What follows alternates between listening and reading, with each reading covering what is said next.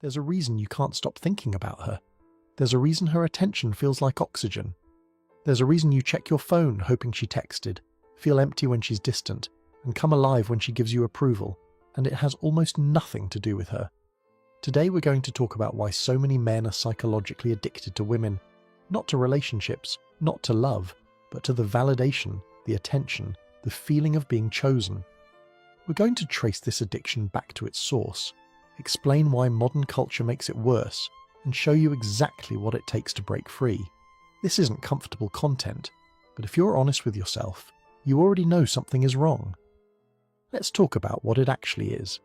We talk about addiction to substances, addiction to gambling, addiction to social media, but there's an addiction that affects millions of men that almost nobody talks about directly, addiction to female validation. This isn't about wanting a relationship, that's normal. This isn't about finding women attractive, that's biology. This is about needing a woman's approval to feel like you exist, needing her attention to feel valuable, needing her presence to feel complete. Men with this addiction organize their entire lives around obtaining and maintaining female attention. They make decisions based on what might impress women. They feel worthless during dry spells. They become obsessive when a woman shows interest, not because she's special, but because her interest makes them feel special.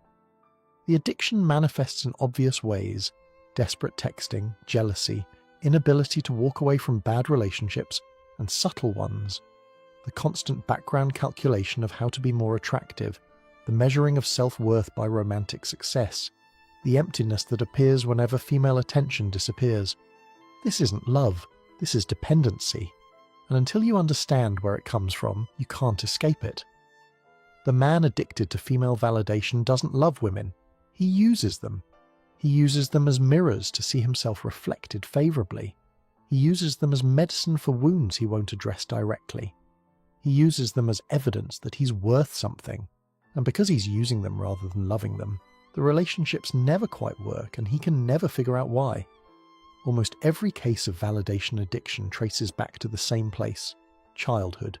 Specifically, it traces back to what you did or didn't receive from your parents, the attention you got, the approval you earned, the love that was or wasn't conditional. Children need certain things from their parents to develop properly. They need unconditional love, the sense that they're valued simply for existing.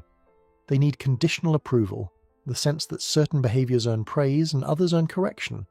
And they need modeling, examples of how to be an adult. When these needs aren't met, children adapt. They develop strategies to get whatever version of love and attention is available. And those strategies, formed in childhood, persist into adulthood, even when they no longer serve the person using them. A boy who didn't receive enough attention from his mother may spend his adult life seeking that attention from every woman he meets. A boy whose father was absent may never learn what healthy masculinity looks like, leaving him confused about his role and susceptible to anyone who offers guidance. A boy who only received love when he performed may become an adult who believes his value depends entirely on what he achieves or provides. The addiction to women isn't really about women, it's about trying to fill a hole that was created before you were old enough to understand what was happening. Let's talk specifically about fathers, because this is where a lot of the damage originates. A father's role in a boy's development is to model masculinity, to provide discipline and structure, to challenge the boy to grow, and to eventually release him into the world as a capable man. When this process works, the boy becomes a man who has an internal sense of his own worth. He doesn't need external validation because he's been given the tools to validate himself. When the father is absent, physically or emotionally, this process fails. The boy never learns what a man is supposed to be. He never receives the challenge and correction that would have built his confidence.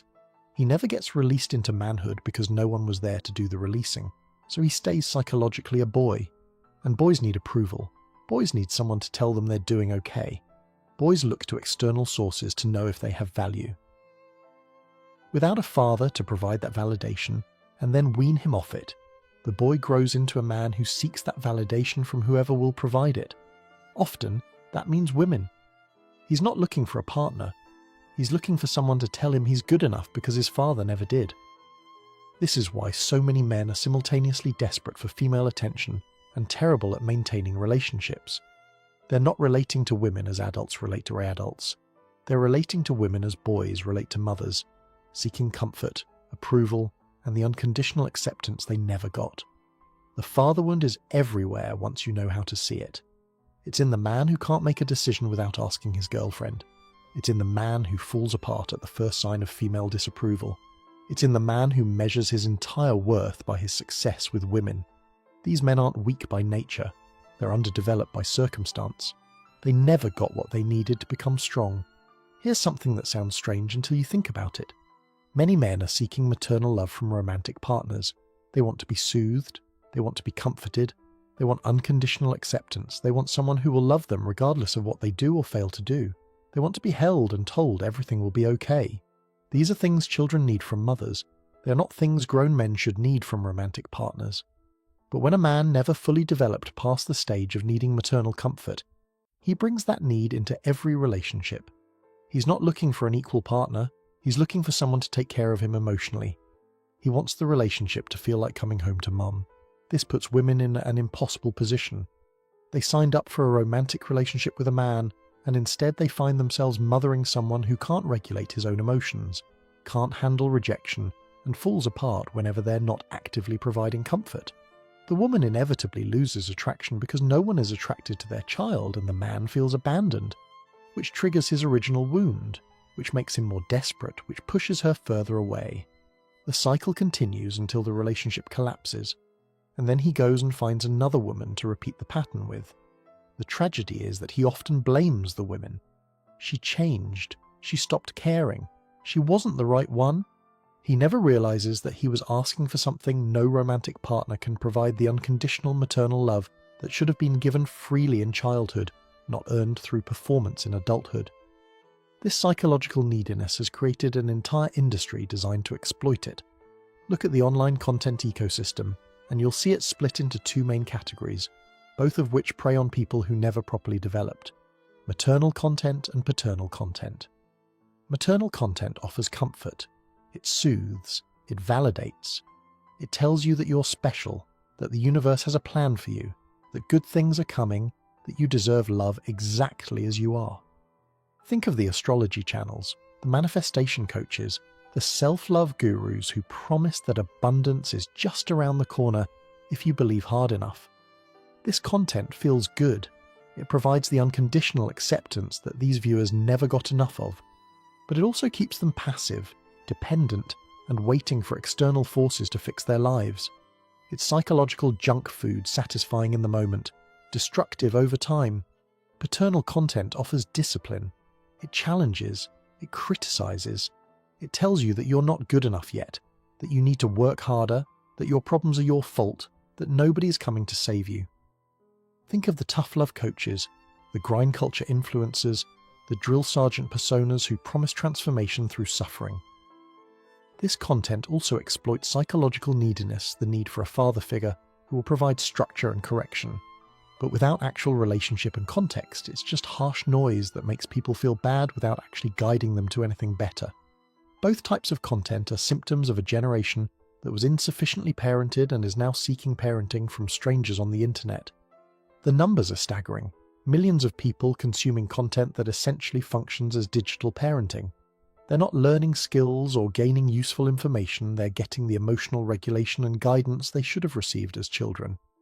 The creator becomes a surrogate parent, and the audience becomes a collection of adult children hoping for comfort or correction. And because the internet never tells you when you've had enough, these people can consume endlessly without ever actually growing. They can feel like they're working on themselves while actually just being comforted or scolded by strangers in an infinite loop. There's a particular category of content that deserves special attention, the pseudo-psychology and mystical thinking that has captured millions of people. Manifestation, law of attraction, angel numbers, tarot, astrology used as life guidance, energy healing, miracle money programs, twin flame ideology. These systems share something in common. They offer hope without requiring responsibility.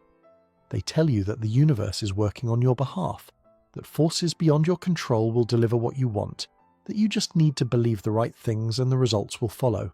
This is psychologically appealing for the same reason maternal content is appealing. It's comforting. It feels like being cared for. It removes the burden of having to actually do something difficult. But it's also deeply infantilizing. An adult understands that outcomes depend on actions. A child believes that wanting something hard enough should be sufficient to make it appear. Pseudoscience lets adults maintain childlike beliefs about how reality works. Men who are addicted to female validation are particularly susceptible to this kind of thinking when it comes to relationships.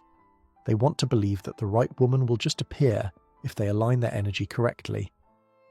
They want to believe that past relationships failed because of cosmic timing rather than their own behavior. They want to outsource responsibility for their romantic lives to forces they don't have to control. It's easier to believe in destiny than to admit you need to change.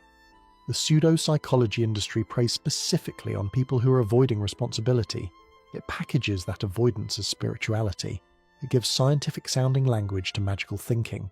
It tells people what they want to hear, that they're special, that the universe is conspiring in their favor, that their failures aren't really their fault, and charges them for the privilege of believing it. This isn't to say that spirituality is bad or that all self-help is fraudulent. But there's a difference between genuine growth and comfortable delusion. Genuine growth is hard, takes time, and requires facing uncomfortable truths. Comfortable delusion feels good immediately, but keeps you exactly where you are. At the core of all this is something simple: the refusal to grow up. Growing up means accepting that no one is coming to save you. It means understanding that your problems are your responsibility regardless of who caused them. It means tolerating discomfort, delaying gratification, and doing hard things because they're necessary. Growing up means becoming your own parent, developing an internal voice that both comforts and challenges you, that holds you accountable while also accepting your humanity.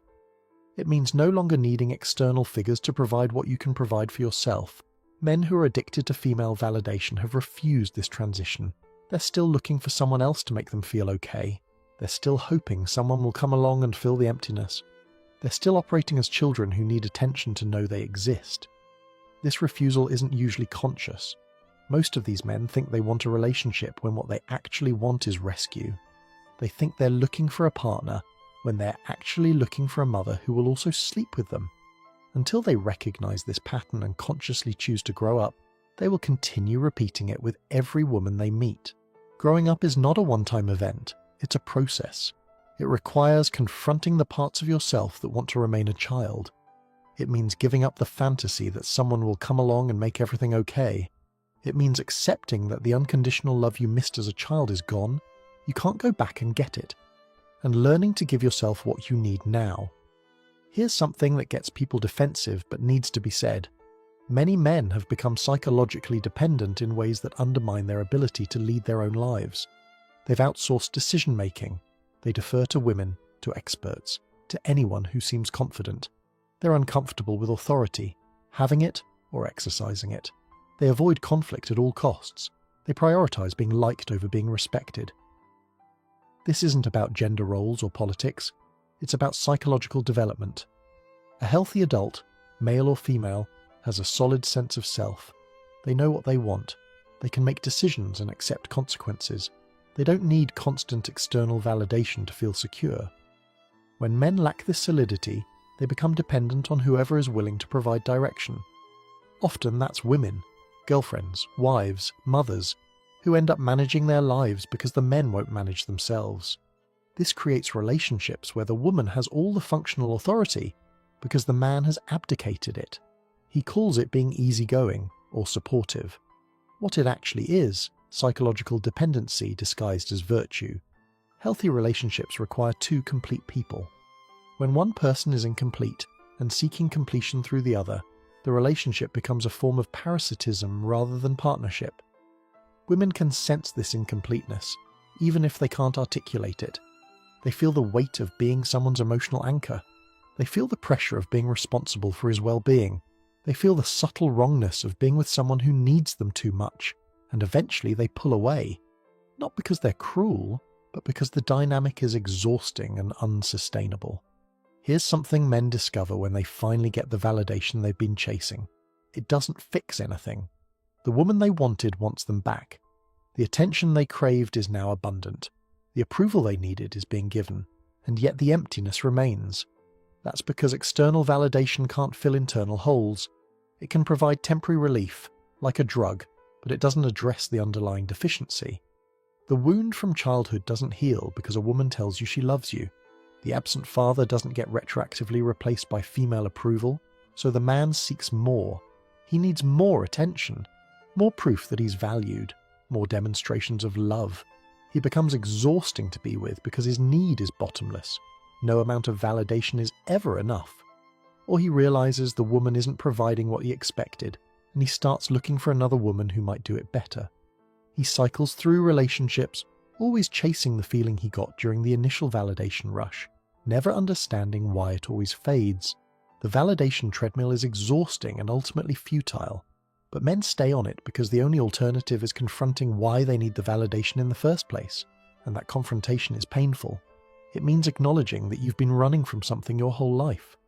It means admitting that your pursuit of women has been less about love and more about avoiding the emptiness inside. It means sitting with that emptiness instead of constantly trying to fill it with someone else. Most men would rather keep running. The treadmill hurts, but the alternative, facing the wound, hurts more, at least in the short term. So how do you actually escape this? First, recognize the pattern, see it clearly. Acknowledge that your relationship with women has been driven by need rather than genuine connection. Admit that you've been seeking something from them that they can't actually provide. This requires brutal honesty. Most men resist it because it feels like admitting weakness, but you can't fix what you won't acknowledge. Second, trace the wound. Where did this need come from? What didn't you get as a child? What are you still trying to obtain from romantic partners that should have been given to you decades ago by parents? This is difficult work. It often requires professional help, a good therapist who understands attachment and development. But it can also be done through serious self-reflection, journaling, and honest conversation with people who know your history. Third, become your own parent. Develop the internal voices that provide what you've been seeking externally. An internal nurturing voice that accepts you without conditions. An internal challenging voice that holds you accountable. The ability to comfort yourself when things are hard and push yourself when you're being lazy. This is what psychological maturity actually means. It's not about being tough or independent. It's about having a complete internal system that doesn't depend on others for basic functioning. Fourth, build a life that's valuable regardless of romantic success. Purpose, achievement, community, health, interests, skills, things that give you a sense of worth that doesn't depend on female attention. When your identity is built on solid ground, romantic rejection becomes disappointing rather than devastating. You can pursue relationships from a place of want rather than need, which paradoxically makes you far more attractive. Fifth, practice being alone without being lonely. Learn to enjoy your own company. Discover that you can be at peace without someone validating your existence. This isn't about isolation. It's about developing the capacity to be complete by yourself, so that relationships become a choice rather than a necessity. The goal isn't to stop wanting relationships, it's to stop needing them to feel like a whole person. One thing that helps enormously, surrounding yourself with people who will be honest with you. Not yes men who validate everything, not harsh critics who tear you down, people who care about your growth and will tell you the truth even when it's uncomfortable. Men who are addicted to validation often avoid these people. They prefer company that doesn't challenge them. They gravitate toward communities that confirm their existing beliefs rather than questioning them.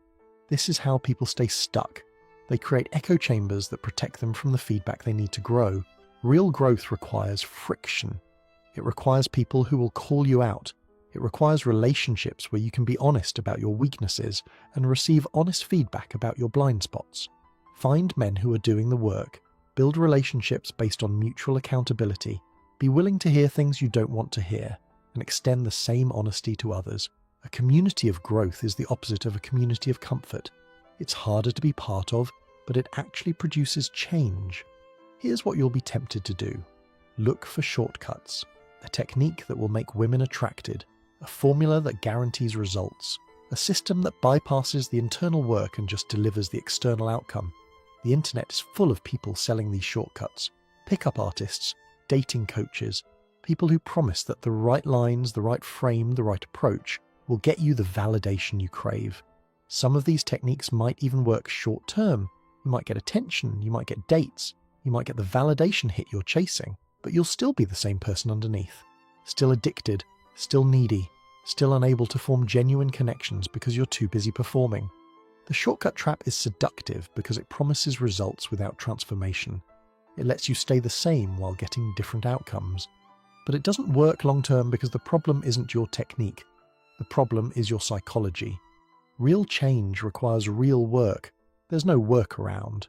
Let me paint a picture of what it looks like when a man breaks free from this addiction. He's still interested in women. He still wants a relationship. He still finds women attractive and enjoys their company. But he doesn't need it to feel okay. His baseline emotional state is stable regardless of his romantic situation. He can be rejected and be disappointed without being devastated. He can be alone and be content rather than desperate. When he enters relationships, he does so as a complete person, seeking partnership with another complete person. He's not looking to be saved. He's not trying to fill a void.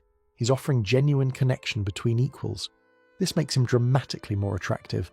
But more importantly, it makes his relationships dramatically healthier. He can give without depleting himself. He can receive without becoming dependent. He can face conflict without the fear that he'll be abandoned. He's integrated the father he needed and the mother he needed into his own psyche. He parents himself now. And that means he can finally relate to women as a man rather than as a boy still looking for approval. Now it's time for you to answer a hard question. Is what I've described your situation? Not hypothetically, not as an interesting theory. Actually you. Do you organize your emotional life around female attention? Do you feel worthless when women aren't interested? Do you become obsessive, desperate, or clingy when someone shows interest? Do you stay in bad relationships because being alone feels unbearable? Did you have a father who was present and engaged, or were you raised without that guidance? Did you get what you needed as a child, or are you still trying to get it now? Be honest. The first step to solving any problem is acknowledging it exists. If this described you, don't feel shame, feel hope, because understanding the problem is most of the solution. Once you see the pattern clearly, you can start doing something about it. The addiction to women isn't really about women. It's about a wound that never healed, a need that was never met, a development that was never completed. It's about boys who grew into men physically, but never made the psychological transition to adulthood. It's about looking for parents in places where parents can't be found. It's about hoping external validation will fix internal emptiness. The path out isn't easy, but it's simple. Recognize the pattern. Trace the wound. Become your own parent. Build a life of genuine value. Surround yourself with people who will tell you the truth. Stop looking for someone to complete you. Complete yourself. Then, and only then, will you be capable of the kind of relationship you actually want. One between two whole people, not two broken halves pretending they make a whole. That's the truth about why you're addicted to women. Now you get to decide what to do with it.